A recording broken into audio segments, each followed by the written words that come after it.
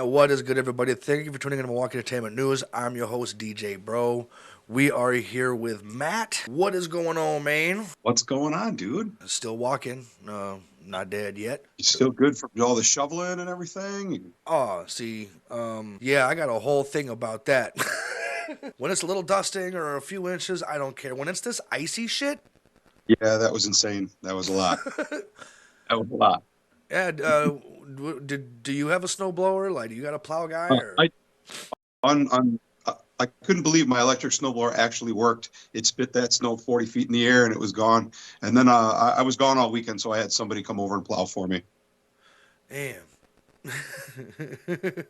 So I hit it once before he did, and then he came and plowed up my driveway for me. Thank God. Well, it was only $100, so it wasn't too bad. Hey, I heard hey. they were charging $200, $300 plowing stuff out. I mean, you could. Hey, when you have your line constantly going crazy off of people, it's now no longer a first come first serve, but more money. Yeah, right. You know, that's kind of what bands are you all in? How many are you in? Well, my main band is called 10 Feet Tall. There you go. And I'm in a side project off of that with the guitar player, Andy Holly, in there called 2 Feet Tall. So we do an acoustic show called 2 Feet Tall. It's spelled TOO feet tall, like also feet tall. And I make the joke that I'm not good at math or English because none of it makes sense. But then everybody remembers 2 feet tall. So Yeah, I I'm doing remembered that. it. I have a last show coming up with a kind of a side project I had with a couple of guys called Tribute 2, where we decided to take two bands and then play a tribute show to those two bands. And we ended up doing four different bands in that. And actually, not this weekend, but the following weekend is our last show that we're ever going to do with that band. So I'll just have the two then, which is more than enough for me. That is a really good concept. I really dig that because when you hear a band, say, oh, they played a Metallica tune. Okay, but I want to hear them do Creeping Death. Yeah. Okay, well, I want to hear them do Master Puppets. It's like, so like the one song a set, two songs of an artist a set isn't enough. When you hear one, it's like, I kind of want to hear more from them. So that's a really cool concept you did. So can I ask, is it personal reasons why it's not going forward, or is it? No. Everybody in that band this is like everybody's in that band's side project. Everybody in that band has multiple projects. So we all just kind of got too busy. We only played with that band. We only played out like 2 or 3 times a year, maybe four at the most. But we did a Red Hot Chili Peppers and then Stone Temple Pilots show. And then we did Nirvana in there. And then we added Alice in Chains in there. And after the Alice in Chains stuff, it was very intense. It was very hard. I was like, this is really hard. We should do an easy band stuff. And we couldn't decide on what band to do. And it was just like, do we really want to do this anymore? It's fun to do. I suppose, never say never. We say it's our last show, but if somebody was like, hey, would you guys want to do a hour-long STP set? I'd probably do it. Yeah. If it was a fun show at a cool place, yeah, I like doing that kind of stuff. Hell yeah. What other bands have you been in? Well, way back in the early 2000s, I was DJing and doing karaoke shows and different things like that. And a couple people saw me sing and doing shows. Um, Actually, a funny story, real quick. I got into doing karaoke shows because of John Christie in Almighty Vinyl. We just happened to work together at the same place. I didn't know who he was. He didn't know who I was. He was running karaoke shows like he still is today. And he just happened to hook me up with the right people. And I got into doing karaoke and all of this stuff kind of because of John Christie from Almighty Vinyl. I kind of blame him a lot for this. But anyway, so I was doing stuff back then. And some people saw me playing and they got me into this band called Misfire. And it was the first cover band I was ever in. We practiced like 3 or 4 times. We had like two shows, and then the band was exactly what it was called, a Misfire, and everybody just quit. And I was like 22 years old. I had no idea what I was doing. It was an interesting experience. I didn't have any say of what like songs were in or anything. Like I just kind of came in there and got on stage and sang, and that was it. And two shows into it, it was just done. Everybody was arguing with each other, and nobody wanted to be in the band anymore. And I kind of got more into DJing a little bit then, and then kind of kept my ear to the ground and kept in touch with one of the guitar players there. And I met up with a guy named Oscar Ramos, and we tried to put something together, and it never ever happened. He's a bass player that's a good friend of mine, and never got anything together. But then he called me almost a year later and said, "Hey, I'm in this band called Hazmat, and we're looking for a male vocalist." And I said, "Okay." And he goes, "We already have a male vocalist, but we're going to have two male vocalists." And I said, "What? Why would you have two male vocalists? That's makes no sense." But he was telling me they were going to do all rock music and a lot of stuff that has different harmonies. And the lead singer in the band already was a very good, how do I put it, a clean singer. He sang a lot of Dishwalla and Tonic and stuff like that. Really good singer named Nick Kubina. He was in 76 Juliet for a long time. So he was the singer in Hazmat, and they said they wanted to bring somebody in that could do a little harder rock stuff. So he asked me to come in there and do that, and I auditioned in that band and eventually joined that band. It was like 2003, I think. That was a great band. So they did a lot of modern rock and stuff like that. And at the time in 2003, nobody was really doing that, really. And we were taking, Rage Against the Machine and Sublime and stuff like that, covers, and kind of playing that out there. And I don't know, it was pretty fun. It was a cool band. We played a lot of cool shows. We played Summerfest and did a lot of cool stuff. I was in that band for a good while, and then kind of parted ways from that one and decided that I wanted to focus more on DJing. I was making more money still DJing during the week, and I was a cook at a bar at the time, so I was in a bar a lot. I was in a bar all day long cooking, and then I'd go and run karaoke shows or DJ or be singing in a bar, just whatever I could do to make some money. So the at the time that you were DJing Mm-hmm. was in the early '90s, and So that late 90s, early 2000s. okay. So that was still at a time where we had very limited resources. As far as DJs went, like you guys were still, a lot of people were still on vinyl. Some, but a lot of you guys got onto CDs, and we're just starting to. Some people were even starting to figure out how to do it with those big dinosaur computers. So, like, I mean, which route did you go? And So way back when late high school days, I would mess around with some friends with some vinyl stuff like that, and at the scratch pad it was called, and kind of screw around like that. And it was really early stages of that stuff. And it was just starting to get the internet was just coming out and everything like that. And you're getting records and you're trying it out. And they're saying they're coming out with this new stuff, but where it's going to be CDs and everything's going to be easier and this and this. And so you don't really go heavy on vinyl at that time. You kind of get what you have to kind of mess with stuff, but we were just kind of going in there and screwing around. And once once it kind of came out with CDs, all it was is just a tray that you slipped a CD in, and then what you did is pitch blend it. You could pitch blend it up and down, and you could just, if you put it too fast, it sounded like chipmunks, and too slow, I mean, it was really just still tapping on your foot. The basics that I learned from doing vinyl that early on made it real easy for me to transition into doing that with discs. And then it was sitting up all night, loading a bunch of stuff up on LimeWire before you go to bed, so that when you wake up in the morning, you had all those songs downloaded. And then you were burning all these CDs all night long so you could do this. I remember the first show I ever DJ'd. It was in October of 2002, and I borrowed every CD I could from every friend of mine because the place had just put in two CD players in there, right? And I borrowed every CD I could from all my friends. And I was up all night burning CDs. And I went to every used CD shop I could. And I just bought like Def Leppard's greatest hits and Nelly's greatest hits, or the new Nelly CD in early 2000s. Eminem just came out, all this, stuff like that. And just, I threw up before I went on stage.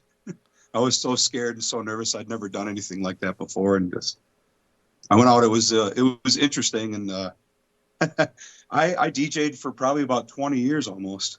At one club in Waukesha. It used to be called Sharky's. And then after that, it was called Master Z's Q Club, and then eventually Q Club of Wisconsin, which is awesome. actually why I get a lot of shows there with the owner and Tim Dunn, who is the booking agent there. I've just known them for years and years. I grew up in Waukesha. I've lived in Waukesha my whole life. So Okay, so that's, maybe you can tell me this. I remember when I was younger, and any time that my old man had a show over in the Waukesha area, yeah. Now we would use like MapQuest directions, okay, but like there'd be streets closed off, there'll be shit that Oh, got renamed, stuff like that. So we'll be calling people, with those big ass cell phones, to find out where the fuck the bar is, mhm. and we will be right around the corner from the place, but nobody in the bar would know where the fuck we are. We're on the corner of this and this. Where are we? Oh man, you're like 2 minutes down the street. Hey man, just keep going straight, bust the left. We were getting all kinds of stuff like that. And we would be late for like a show, like just because people didn't know their way around Waukesha. Like, if I were to call you and tell you that I was at such a street and such a street, would you be able to know where I am? Only because I've been here for 43 years in Waukesha. Yeah. You could tell me what five-way intersection you're at because there's four of them in Waukesha, and I'll be able to get you where you need to go. But The fact that that, you knew that. I grew up in the 80s, man. We rode our bikes around everywhere. Yeah. So you're a vocalist. What made you get into that from DJing? Well, I started out, playing music at a young age, like most kids do. Their parents push them into you got to do an instrument, you got to be in a sport, you got to try everything, right? So my parents wanted me to be in something, and I actually chose the cello, and I chose that because you could sit down and play it. I thought that was nice. So that's why I did that. I played that until about seventh or eighth grade, and then like most things happen about that age, a girl that I know. Who was a good friend of mine. I used to walk her home. It was actually a friend of mine and her were dating, if you could call it that, back, at that tender age of, 12, Hey, I 12, was doing 13. some strange things at that time, so I mean, go Too. on. I was walking her home from school and we were friends and we would sing. She was in choir and she was like, "Oh, you got a great voice. You should be in choir and this and this." And she eventually convinced me to be in choir. And I noticed right away that there was a bunch more girls in choir than there was in orchestra. And the girls in choir were a lot better looking than the girls in orchestra. And yeah, when you get to high school and you go into choir, there's, 45 girls and 8 guys. Those are good odds. So and they're like all gay, so it's like really good odds. I'm going to be in choir. So I decided to be in choir. Right. Um, so I like singing and I, kind of have that background and I always, like singing in the car and singing karaoke and all that kind of shit like that. Um, the singing thing kind of happened first and I got into DJing off of that because I really like being on a microphone and my parents will tell you that I'm kind of an attention whore and, jump in front of the camera. Hey, look at me at a young age. I was kind of doing those things, with the big, 1980s camcorders over your shoulder, that you see. I was jumping in front of that in the Christmas videos and stuff like that. So um, I think I just wanted to be on stage and wanted to be doing stuff. I liked it. I don't mind being in front of people. It's not scary to me or anything like that. But I think jumping back on stage after, I kind of thought, I would make more money DJing than I would being in a band. So I kind of did more of DJing in my 20s than I did. I started a DJing company with a buddy of mine, and we would DJ weddings too, and do karaoke and all that other shit like that. And it was so much fun. Doing weddings was bigger paydays, and it was, as long as you planned it out, it was really easy, and it was super fun. Everybody's happy. Everybody wants to have a good time. The dance floor gets bare. You throw on a slow song, and then you throw on a Michael Jackson song, and everybody goes crazy. It's great. I love doing that. But wanted to get back on stage as a singer because I just missed it. I really wanted to do that. I always secretly, doing karaoke shows and stuff. You sing a bunch of different stupid shit. I was singing Britney Spears songs for no reason, just because I thought it was funny, and singing Pussy Control and stupid shit like that, just to have fun. Dancing on tables sometimes. It was a good time. But ultimately wanted to get back on stage from doing that. So. After I DJ'd for a while and I kind of started getting my fill of it, a good friend of mine, Mike Vonderlinden, Mike Vonderlinden, um, was at a bar that I worked at Sharky's at the time and heard that I was singing in a band before. And then I decided to, go DJing more instead of singing with a band. And he said, "Hey, I'm doing this Foo Fighters tribute band called Futos, and we need a singer." So he asked me if I was interested, and I was like, "I don't know, maybe we'll see." I went down and auditioned for it, and those guys were all really cool in that band. They were such nice dudes, all really talented people in there too. It was a lot of fun. But I knew right away after doing it, I was like, I have to do this. Now, I wasn't the biggest Foo Fighters fan at first when I did this band, but I quickly like researched Dave Grohl and the Foo Fighters, and I was instantly hooked. And just how great of a guy I think Dave Grohl is, and how fucking cool of a human that dude is. I was just enamored by the Foo Fighters and their shows and shit. And I loved being in that band. It was really fun. I thought that was a good one.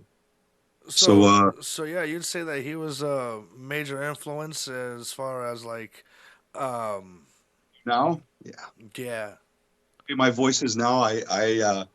I'd say, yeah, I've seen the Foo Fighters a couple of times, and I wish I could afford to go every time. I'd follow them around forever. I think they got a great catalog of songs. Top to bottom, they do a really good job. That guy can sing and scream and drum and play guitar, and he's a pretty cool dude. So, I'm not gonna lie, that last minute I was sitting here actually, not picturing you. I was actually picturing Dave Grohl and seeing if it would line up like low key, like it, like how close is your voice, like even just your talking voice at this point. you know, Because I'm sure you've seen a lot of interviews with him, huh? definitely. Yeah. I've seen all this stupid, crazy shit with them crooked vultures that he did, and all this stupid off-color shit. His movies that he did, I think he's fucking hilarious, man. That horror movie did the Studio 666. I thought that was fucking hilarious, man. I didn't even know he did movies. Oh, it was one horror movie that he did. It was a bad horror movie, but it was hilarious. That's right up my alley. Stupid bad horror movies are kind of what I like, you know, the Winnie the Pooh horror movie and shit like that, or you know. I am out of the fucking movie loop. There is a Winnie the Pooh horror movie.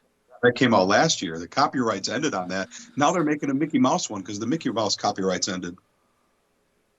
Yeah. I gotta get on this bandwagon and find out what else is going. Like um, Sierra Mist Yep. switched to being Starry Yep. because there's a chick whose name is Sierra Mist. Hmm. And so when she realized that it was going to expire, she just kept an eye on that date. Then the date that it expired, she filed, and now she got her name back. So now they had to change their name. Yeah. Or give And her a bunch of money. Yes. yeah, and they're making now movies that, oh man, I want to Yeah. see them box office numbers. It wasn't good. It was very low budget and horrible, but Okay, never mind it. those old, like, man, like I said, I was born in 1980, so like those 1980 B flick movies that were on USA at like 1 in the morning when I wasn't supposed to be awake, and I was watching movies. Oh man, those are the best horror movies. That just horrible graphics, horrible everything. It's great. I love You know what was on at 1 o'clock in the morning when I was a teenager? that. That's right there. With a big bowl of cereal. Oh yeah, no, I ain't even worried about the cereal. I'm sitting right there. Oh man. So it sounds like you've actually had a pretty balanced life because a lot of people that I've seen are either really secluded to themselves in their personal life and they're just in like one band and that's all they do, or they're like all in the band, all in a different bands, and they don't really have a personal life. Their personal life is very public. It sounds like you actually have a pretty good balance of the music life and the home life. Uh, you got you got kids, you got pets, you got I do. I have a cat odd named Taco hobby. too. I have a cat named Tacos who's walking around by my feet right now because he hears me talking to somebody and he's wondering what's going on. Taco. Yeah. See, Tacos the cat. That's it's just because the tacos are my favorite food, so I figured I'd just call him Tacos. Plus, when I walk into my house and I yell tacos, he comes running. It's really funny. I have a son who's 12 years old. He's going to be 13 February 1st. Um, it's funny you talk about. You seem like I have balance in my life. That's a big thing that I preach, and that music portion of my life is the balance to the personal side of my life with my son Isaac. My son Isaac was born with a hypoplastic left heart syndrome. So what that means is he was born with half a heart. Only Damn. half of his heart developed and only half of his heart works. He's had 3 open heart surgeries to make it so his heart functions. At some point in his life, probably within the next 4 years, as he goes through puberty, this operation isn't going to work anymore, and he's going to need a heart transplant. Along with this heart condition that he also has epilepsy. So he has seizures, and it took a while before they figured out that he was actually having seizures because they were at such a young age. So one of the seizures that he had lasted for a little over an hour. That one caused him brain damage. So Isaac has hypoplastic left heart syndrome, epilepsy, and some brain damage from having a seizure that lasted so long. Plus, he was also diagnosed with being on the spectrum. So he's got a lot going on. Damn. He's a very special kid. If he was awakened down here, he would be in front of the camera going, hi, hi, hi. And he'd be trying to hug you and trying to kiss you. He's a really sweet kid. About to say, so the same as you described from when you were a kid. Yeah, exactly. I wonder where he gets it from. He's a good kid. I learn a lot from him. I know he learns a lot from me being his dad and everything, but man, I learn a lot from that kid about life.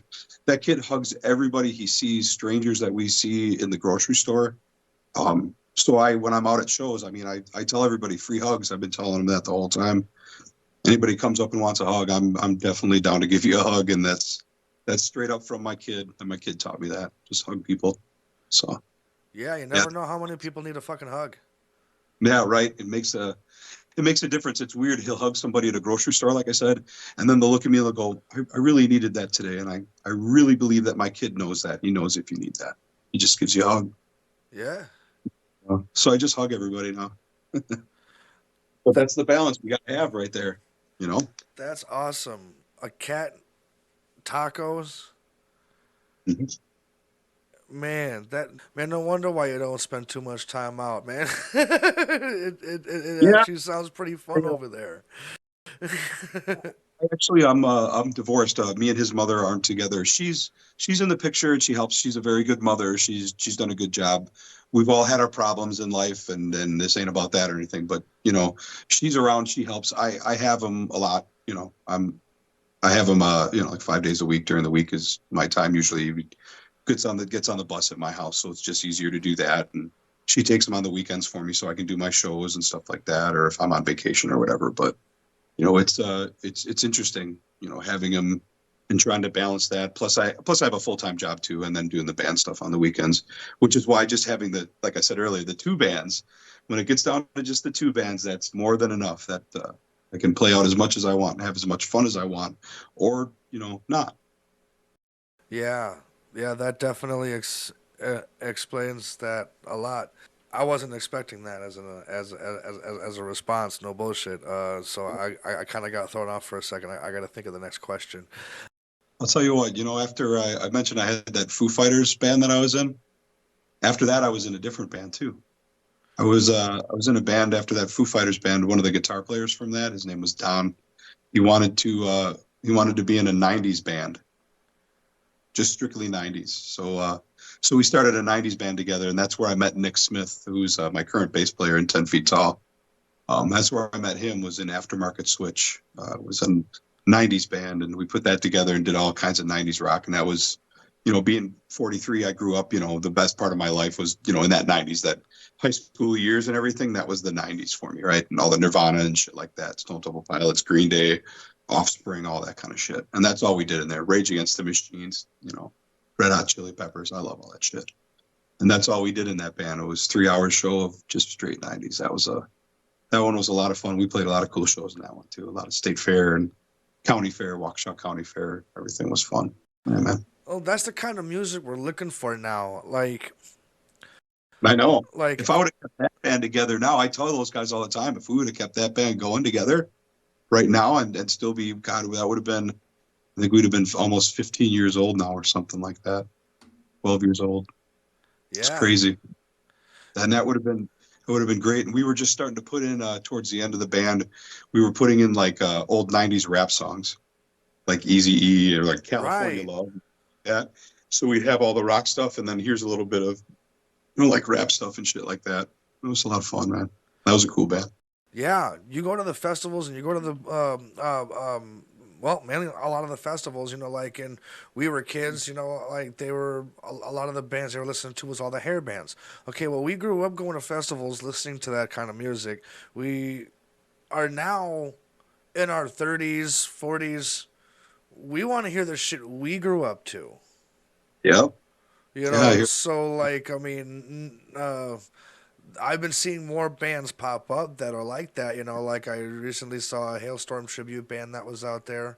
Uh, Great. Did you see them at Paulie's? yeah, that was fucking amazing. Oh, I was at that show with my girlfriend when Hangar 18 was playing after them, Yep, right? yep. Yep. I went to that show. That girl was amazing. I was I have, I, like, man, I was a little leery. I was like, I don't know, that Hailstorm's pretty tough to pull off. And then she started singing, and I was she like, this just bitch is amazing. fucking Oh my belting God. that shit out. I was like, It was dude, so. And then I forget, somebody told me what it was, but she was in a cover band around Milwaukee before she moved down to Chicago, and I knew the cover band she was in. I can't remember what it was now, but man, that girl blew me away. had to I have thought been like a Meatloaf or Tina Turner thing because she's got some fucking pipes, dog. she sang a couple other covers, like a Heart song or a Journey song or some shit like that, and it was just, I was like, holy shit, girl, killing Yeah, me. And that I'm whole a, I'm band jammed. I was like, holy fuck! Like the whole band had that funk swing, and I'm like, yeah, ugh, like this that was is awesome. Yeah, like I want to see more of that. Like, because I was talking, like I interviewed Josh Becker of Cherry Pie a long time ago, and when I asked him about, how did you know that that was the time to start, that band and do that type of music and go with what you did, he was like, we saw ahead of the curve. All the grunge and everything was, starting to fade out, and everybody was getting back into the hair band stuff. So we just went for it, and we ended up, by the time it started catching on, we had already built that reputation. So yeah. it just kind of fell into place, and so like they're like, we didn't even change, we didn't, have this name. The entertainment company changed our name. But fucking so like I was thinking about that, and I've been thinking that's been resonating with me since, Yeah. because I've been like, we are at that age where we want to start seeing that shit out. So if you have that band that, you know, don't say never, come back with something, because that may actually be I something think people are calling for. that is a big I know thing my right ass now with is. all those like decade bands, right? Those are the big things, and tribute bands are just a huge thing right now. You don't see a whole lot of. I don't know. I mean, I guess the Toys are back now. I heard the original Toys, so I guess they're like a variety band. But and the Cheap Shots are kind of like that too. So I mean, they're still the big the Now and stuff like that. They're still the big staples. And we kind of try and do that in 10 Feet Tall. But what we try and do is more rock. Like we call it party rock.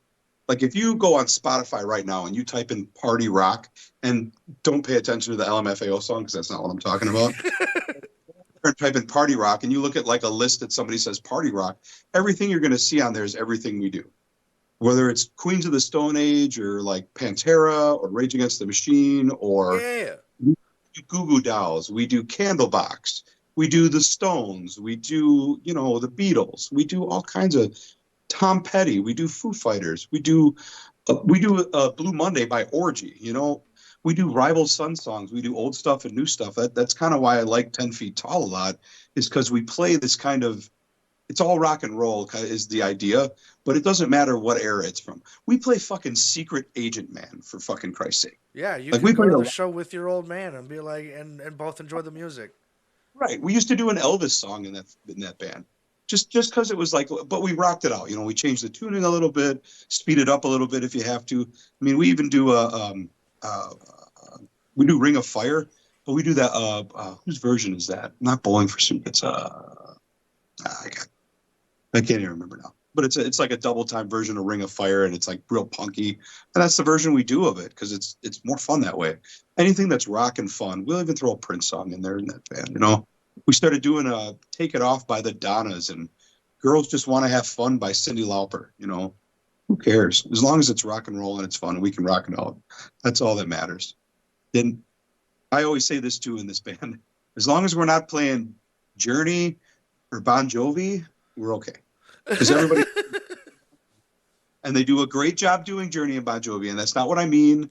And when I say that, I have to explain to people I'm not talking shit about people that play Journey and Bon Jovi. Just say I'm just everybody's saying doing there's, it. there's enough people that do that, and I don't want to do that. My voice isn't a Bon Jovi voice. It's just not. It's not a Journey voice. I mean, at the last show we did Cowboys from Hell, and we did Stinkfist by Tool at the end of the show. You know, but before that, like I said, we did Cyndi Lauper, and we did, Prince, and we did Are You Gonna Be My Girl by Jet, stuff like that. We did Hot for Teacher by Van Halen, So we're all over the place with this as long as it's cool. The thing I like about this band the most is that I have two really good guitar. I mean, everybody in this band is really good. My drummer's freaking awesome. Nick Smith on bass is fucking great. It's Benny Boswell on drums, by the way. My Fuck two yeah. guitar players, Andy Holly and Carlos Walter, they're so fucking good that I try and find songs that like where there's the dueling guitar solos back and forth so they can do some shit Right, because they some always do. priest. Yeah, exactly. It's fucking really cool shit.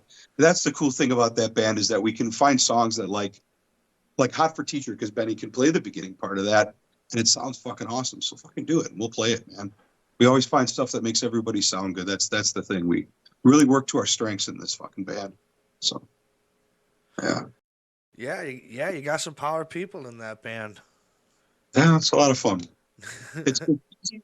Every other singer that comes up to me, they're like, "Man, you got it easy." I'm like, "I fucking know it, man," because it just sounds like I'm singing along to the radio most of the time. They play things so well. It's so accurate, and if I want to take chances of hey, let's stop at this part, or let's try and mesh two songs together, or something like that, or anybody that has an idea of that we always it's always like, let's try it, let's see what's going on, let's try and be fun, let's have fun and be funny, tell stupid jokes. Right. Which actually kind of begs a question that I've really been asking since I was a kid. Hmm. Because I noticed, I was like, this city is huge, right? Well, like when I was a kid, it was huge. I was like, but you're telling me that all the same people I see at all these shows is like all of the places, all the people that there is going and see live music? These venues are the only places in this whole city that do live music. Now you end up, it's way bigger. There's different circles, Yeah. and then you start learning basically that the scene is way bigger than you ever thought it was, and Yeah. you start to question, well, why? Why is everybody in their own group, in their Hmm. own, circles? Why don't you branch out? Why Hmm. don't well, instead of branching out to just a different band? Okay, yeah, cool, but that's the same band within the same circle. Y'all been doing business together. What about them?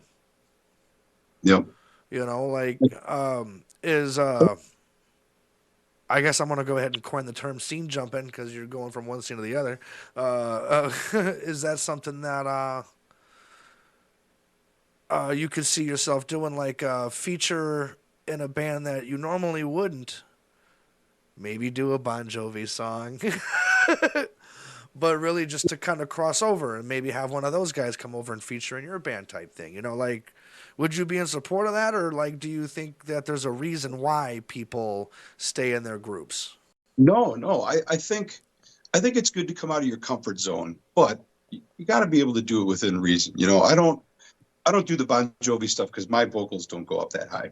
In 10 Feet Tall, I really wish we could do more 80s stuff because I know 80s stuff is a big thing and 80s stuff is a good draw. And we have a little pocket of 80s stuff we do, but my voice just, it isn't that way. It's a deeper baritone voice. And I can kind of get up there a little bit sometimes, but not consistently enough to do that.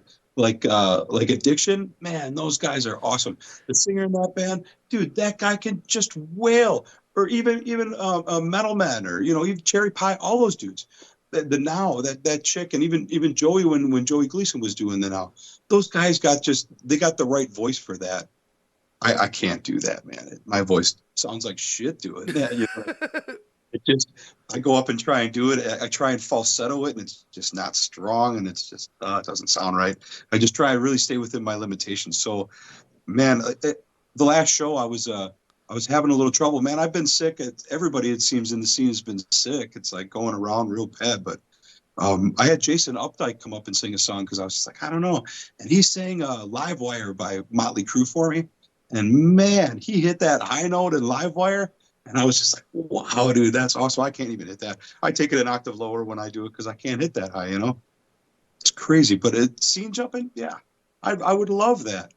But I think, Nick Smith does that pocket cue session thing. That's kind of a lot of what he's doing there because I'm doing some stuff that's a little bit out of my comfort zone in that I'm part of that project. And I know a lot of the singers are because, the drummers and the bass players, the idea is they pick the songs for that show, right? So I'm out of my comfort zone in that. And that's a lot of fun. And I always love it when other people come up at stage and on my shows and stuff like that. If there's anything on my set list that you could do, yeah, man, come on up and do it. I love doing that stuff. I end up going out to see other people's shows, and they always see me at shows, and they're always like, come on, sing it. I always go up there and sing, man. I love doing it. It's super fun. You get to sing with other people and play with other musicians. And if there's one thing that I learned about being in music for this long, it's really about all the people that you get to meet, whether it's people that come to your shows or other musicians or whatever. It's all about that connection. That's what it is. That's all that life is. It's about connections. I think. That kind of led into my next one. What is your favorite part about being a musician? Yeah, that connection, meeting people, man. I meet people all the time, even if there's. Well, I did an acoustic show. It was like the night before New Year's Eve, and it was in Manitowoc. So we're an hour and a half away. I don't know anybody there. I knew we weren't going to draw just because of who we were. They don't know who we are. Just me and the acoustic, and Andy Holly doing the acoustic show.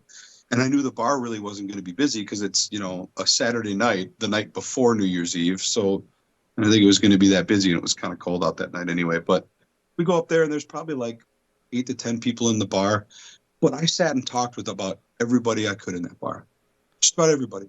There's 3 girls at the end, and we sat and talked about shit and shot the shit for a while. And I talked to them and talked to the bartenders and talked to these people. And that's kind of what it's all about for me.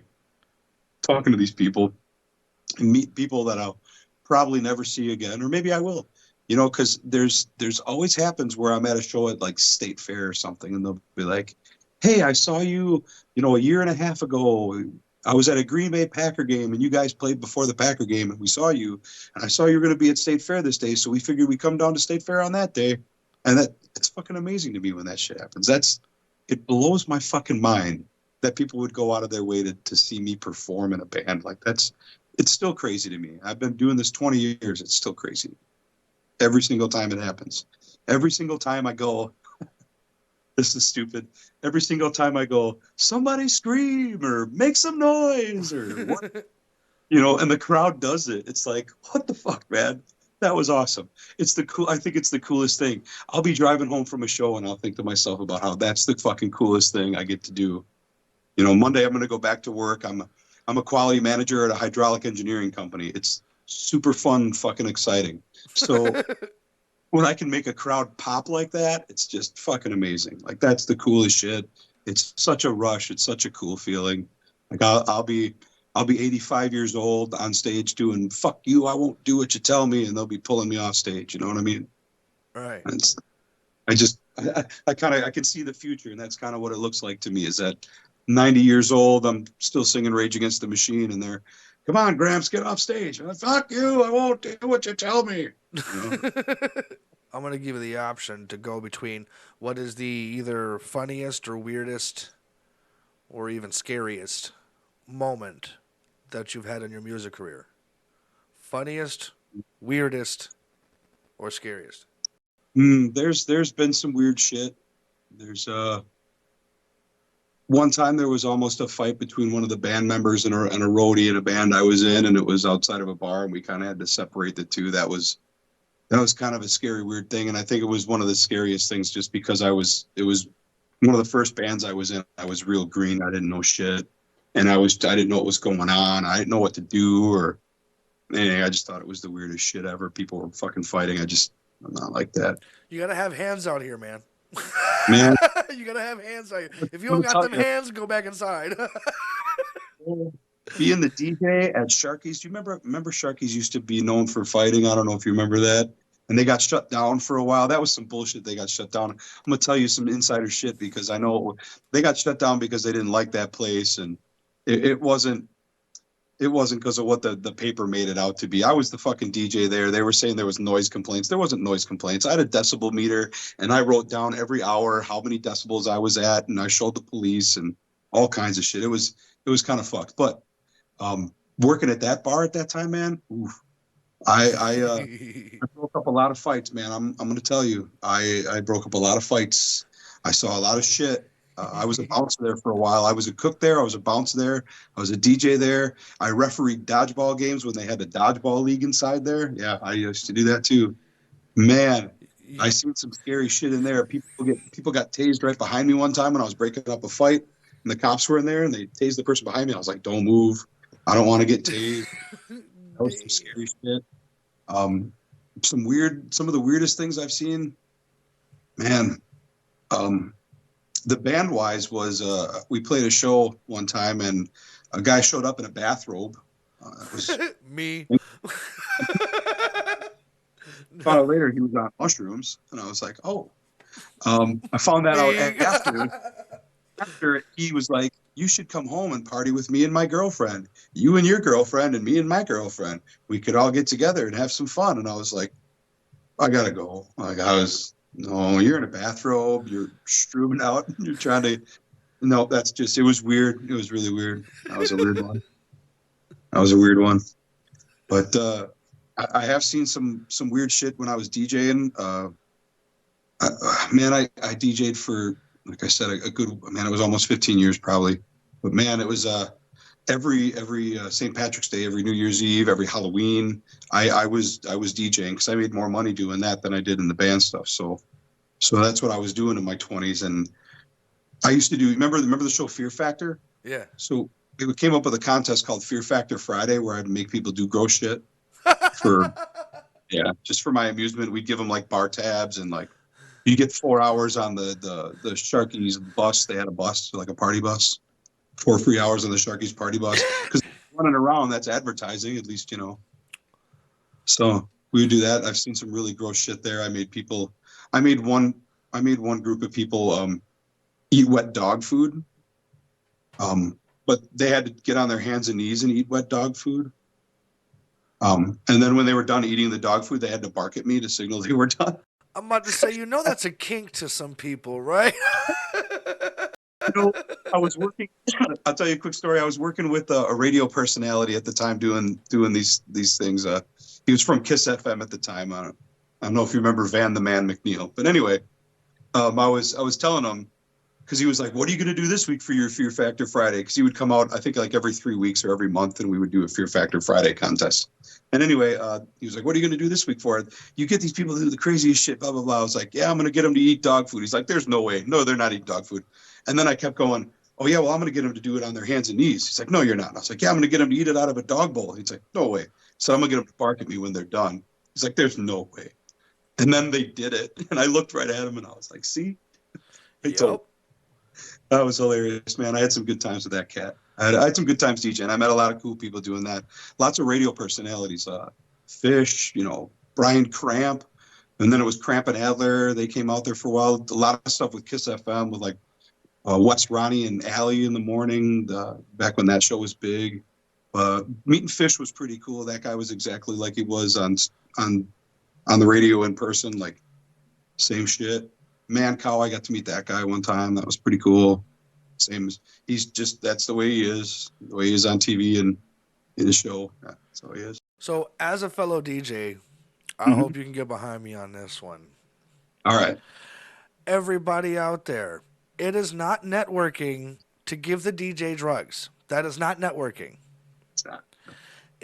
That is almost repulsive to me. Yep. Honestly, it's like, I'm working right now. Imagine me coming up to you on your job site and trying to give you ecstasy. Like, I mean, yep.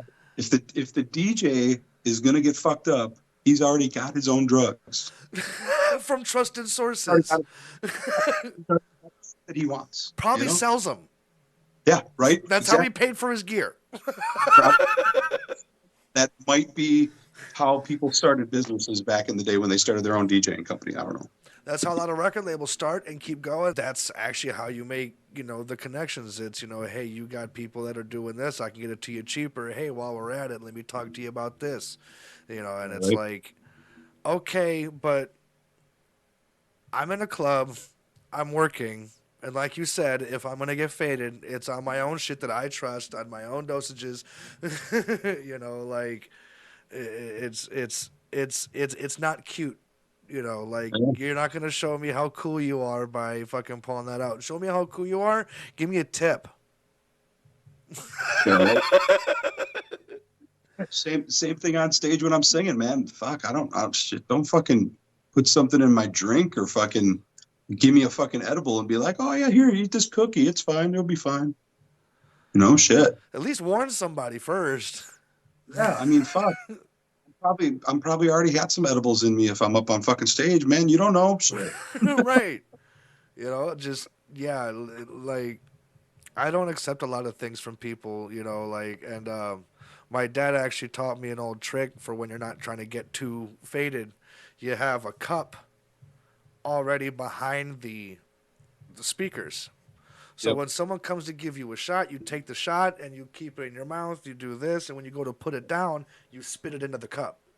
Yep. And I Oh yeah.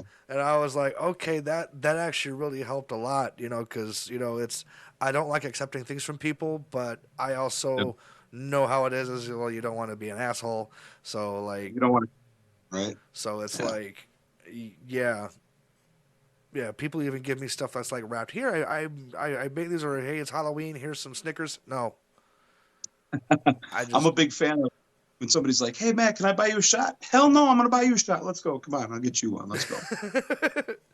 that way too. Yeah. That way, I can make sure that it's not tequila too. Because I can't drink tequila. Anything else is fine. Whiskey's okay. That's what I like, but tequila, no. Hey, if Nope. you're That tastes if you're regret and divorce. Ugh. if you're out with your friends and you're looking at doing something, it's probably best to just get a bottle. When we're on tour and we're every time we do a show, we don't just each go to the bar and grab a drink. We get a little cooler with some ice or a little bucket ice, Yep. and we get a bottle of liquor, and we just drink off of that all night. And it's way fucking cheaper than everybody grabbing their own drinks. Back when I was a fucking DJ at Sharky's, I convinced him to put a little mini fridge up there by my fucking DJ booth. So back then I was drinking a fucking Red Stripe, man.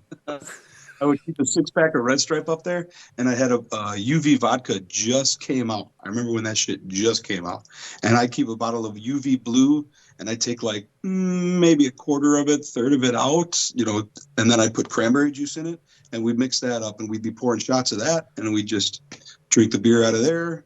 And if you were up with me at the DJ booth, we'd play dice, but we wouldn't play. If you were my friend, instead of going to the bar and buying shots, I just pour shots, right? But if you weren't like one of the insider guys, right? You'd have to go to the bar and buy shots for everybody if you wanted to play dice with us. But mainly Right? we just play dice to see who pours. No bullshit. That's a dangerous way to live when you're in your 20s too. Let me tell you, got to do something in between the shots to kill the time, right? You're not there to talk about your family and your feelings. You're there to get drunk. Unless that's what I was doing when I was there. Yeah. I don't know. I don't like bars and clubs that are slow enough to where you can shoot dice. See, I like them. I like them little tiny corner bars like that. Those are my, Where there's like four people in the bar the whole night. It's cheers. yep. You got your cheers bar. Yep. And there's pickled eggs behind the bar and shit that nobody's eaten in like a year and a half. It's Yeah. fucking Moe's in there, yo. Yeah. Moe's Tavern. Well, yeah, no, no. Normally I go into a place, I like it to be swinging. Yeah. I like that motherfucker going. So that's about where we're at for the day. Where can everybody find your guys' social medias? What are you on? What are your addresses to those? And next shows. We're on all the social medias. 10 feet tall on Facebook. We're on Instagram. We do all that stuff. 10 feet tall music.com. We have a website too. That takes you to all the stuff. 10 feet tall's next show is February. 17th at the Q Club of Wisconsin in Waukesha. That's where we had our first show. So, like I said, I worked there for years and years. I like playing at that bar because it's fun. I like playing at every bar we play at, to be honest with you. But that one's kind of a special place for me because I look over to the side and I see the DJ booth there that's still there. And I know that I built all that, all the racking that's up there that's holding the lights, all of the lights that are up there are the lights that I picked out at the time because they were brand new and cool and stuff. They're really old now and they need to be updated. But, I put all that shit in there. So, anyway, 10 feet tall, Q Club of Wisconsin, February 17th, 8:30 p.m.-ish start. Somewhere around 8:30, I guess. My 2 feet tall acoustic duo with Mr. Andy Holly, we played this coming Saturday at Nashville North down on Brady Street. Now that is what we call a nooner show. It's from noon to 3. So we're the Packer pregame party. What time is it? No, it's a 7:30 game for the Packers this Saturday night. So that means we're noon to 3. We're the pregame party. So we'll kick off your Saturday pregame right with a nooner, I think. Can I say that? Is that Nooner? what they call nooner? I I don't mean, I call a nooner something different. That's probably what you call it is what everybody else is thinking too, but whatever. That's okay. You can do that too at the same time. Bathrooms are open. That's right. Just wipe up when you're done. Brady Street, they allow it, Little, Right. well, Uh, that's the next things we got going on. The Tribute 2 thing, the last thing that we're doing for that is not this Saturday is 2 feet tall. The Saturday after that is my last show with Tribute 2. That's at Shank Hall. So we're doing the Red Hot Temple Pilots show, which means it's Red Hot Chili Peppers and Stone Temple Pilots. And then the other band that's there is called Super Unknown, and they're going to do a Pearl Jam and Soundgarden tribute. So you'll have Red Hot Chili Peppers, Stone Temple Pilots, Pearl Jam, and Soundgarden all represented there in one show. Damn. Yeah, That's that'll going be to a be lot. awesome. Yeah, it's going to be a cool time. And it's one more thing to check off my bucket list because I've never played at Shank Hall before, and now I finally get to do that. I actually just got told, and I don't know why he's withheld this information with me for me my entire life. Mhm. Shane Hall is not the Shane Hall. No, what do you mean? Explain. That bar that was in the movie, everyone thinks that Shane Hall in Milwaukee, that's where they filmed the movie. Yeah. It's not. Oh, okay. That bar came later as like a tribute to that movie. Oh, okay. And Spinal Tap never played there.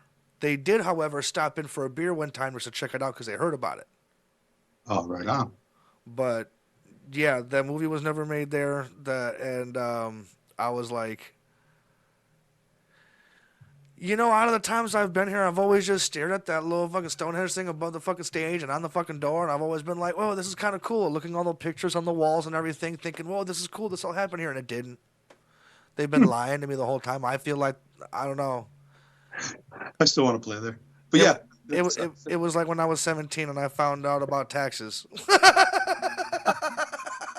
that first paycheck and you go, shit, what is this?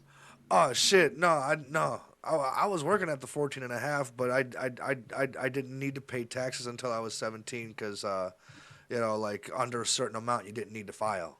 So Yeah. it was like, yeah, I saw them coming out, but man. But Yeah. all right, that's what we have for the day. Don't forget to check him out and his bands out on all social medias and get your asses out to these shows. This Cold Snap will not be around in February, so there should be no reason for y'all asses to miss it. We're actually having above average temperatures from what I hear in February. So get ready for it. We'll see everybody down there. And in the meantime, don't do anything I wouldn't do. And if you do, name it after me.